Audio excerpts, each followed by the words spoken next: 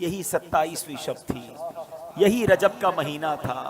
میرے آقا حضرت ام ہانی رضی اللہ تعالیٰ عنہ کے گھر آرام کر رہے ہیں کہ جبریل امین جو فرشتوں کے سردار ہیں نبی پاک کے دربار میں آتے ہیں۔ آرام سے جگاؤں کیسے؟ رب کا حکم ہے کہ محبوب کو بلایا جائے، مگر محبوب آرام کر رہے ہیں۔ یہ وہی آرام ہے، نہ جگانے پر صدیق اکبر نے نماز قضا کر دی تھی، نہ جگانے پر سیدنا صدیق اکبر نے سانپ کا ڈس جو ہے وہ برداشت کر لیا تھا، جگایا نہیں۔ اور مولا علی نے دیکھا کہ عصر کی نماز جاتی ہے تو چلی جائے، آقا کے آرام میں خلل نہ آئے، اب جبریل امین کو جگانا ہے۔ اللہ اکبر، بلاوا رب کی طرف سے ہے۔ تو اعلیٰ حضرت نے گویا قصیدہ معراج میں کہا کہ فرمایا یہی سما تھا کہ پے کے رحمت، خبر یہ لایا کہ چلیے حضرت، ذرا سمجھیے گا بات کو، کیا خبر لایا کہ چلیے حضرت تمہاری خاطر کشادہ ہیں۔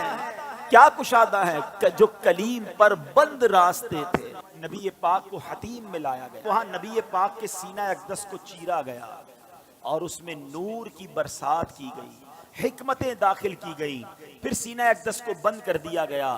آج لوگ کہتے ہیں سائنس نے بڑی ترقی کر لی ہے، اوپن ہارٹ سرجری ہوتی ہے۔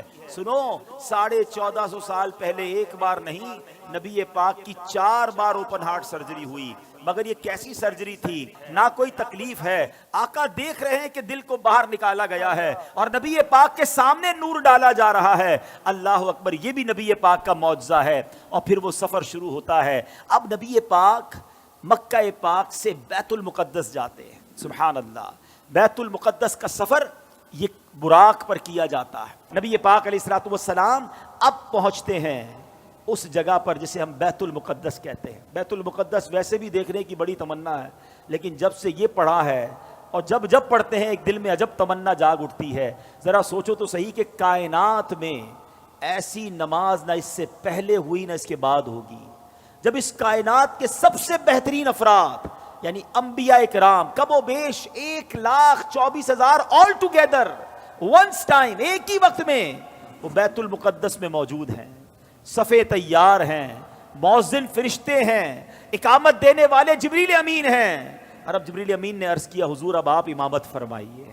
امام الانبیاء میرے آقا امامت فرما رہے ہیں۔ سبحان اللہ، سیدی اعلیٰ حضرت امام اہل سنت بڑی پیاری بات لکھتے ہیں، فرماتے کہ وجہ کیا تھی؟ معراج کی رات کی جماعت کیوں جو ہے وہ سجائی گئی، یہ بلایا کیوں گیا سب کو؟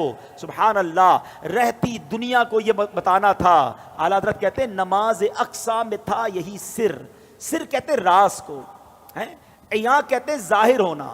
فرماتے نماز اقصا میں تھا یہی سر، یہی راز تھا کہ عیاں ہو مانائے اول آخر، پتہ چل جائے دنیا کو کون اول ہے کون آخر ہے دست بستہ پیچھے حاضر، سارے ہاتھ باندھے کھڑے ہیں، کون جو سلطنت آگے کر گئے تھے۔